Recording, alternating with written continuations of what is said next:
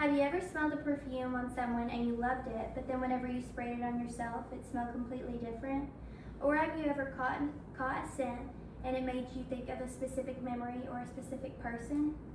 Fragrance is something that we use every day, but very few people actually know how it works. Christian Dior once said that a woman's perfume tells more about her than her handwriting. Today I'm going to tell you about how fragrance is made, why it smells different on different people, and how it affects our memories and emotions. So to start, I'm going to tell you how fragrance is made. So fragrance is made out of different fragrant oils, aroma compounds, water, and oils.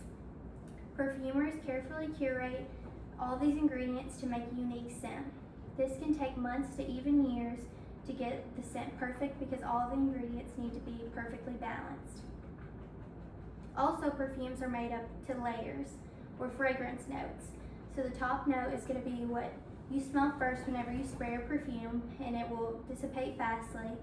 And then the next would be the middle or the heart note, and that's going to be the main part of the fragrance. And then you're left with your base note, and that's what you're going to smell on your skin hours after you spray. So I brought some perfumes for y'all to be able to smell what I'm talking about. So this first perfume is called Tory Burch. It's by Tory Burch.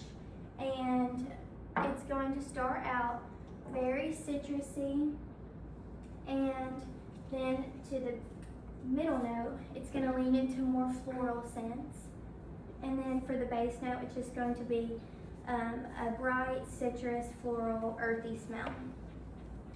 And then next, this perfume is called Rosie by Rosie Jane, and this is my favorite perfume.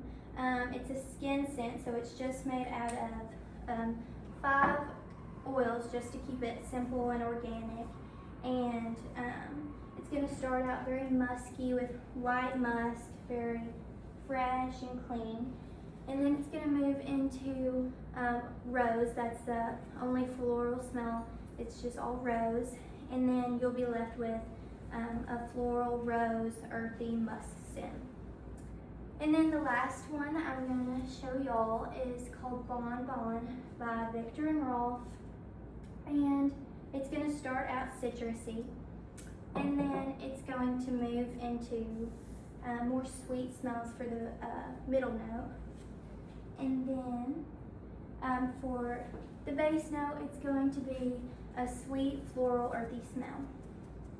So next we're going to talk about why different perfumes smell different on certain people. So there's many reasons why this can be, but the main one is just your body chemistry.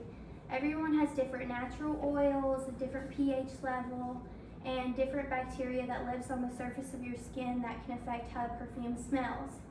Also, body temperature is a big thing that plays into this because the fragrance compound oils can evaporate faster and make certain notes come out stronger.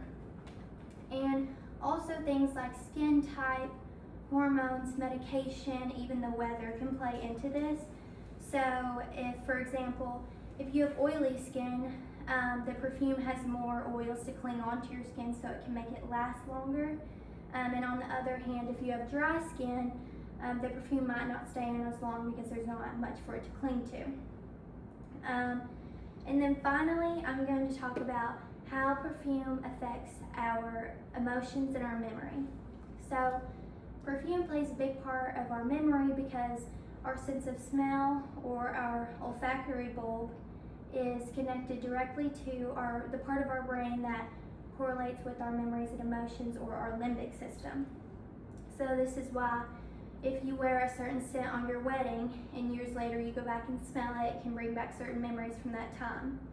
Also, people have a signature scent or a scent that they spray on themselves every day. And so if you were with someone every day that's wearing the same smell, you'll start to correlate the smell with that person. And if you smell it years later, or if you catch a whiff of it whenever you walk past someone, it can make you think of that certain person. Perfume plays a big part in our memories, emotions, and how we express ourselves.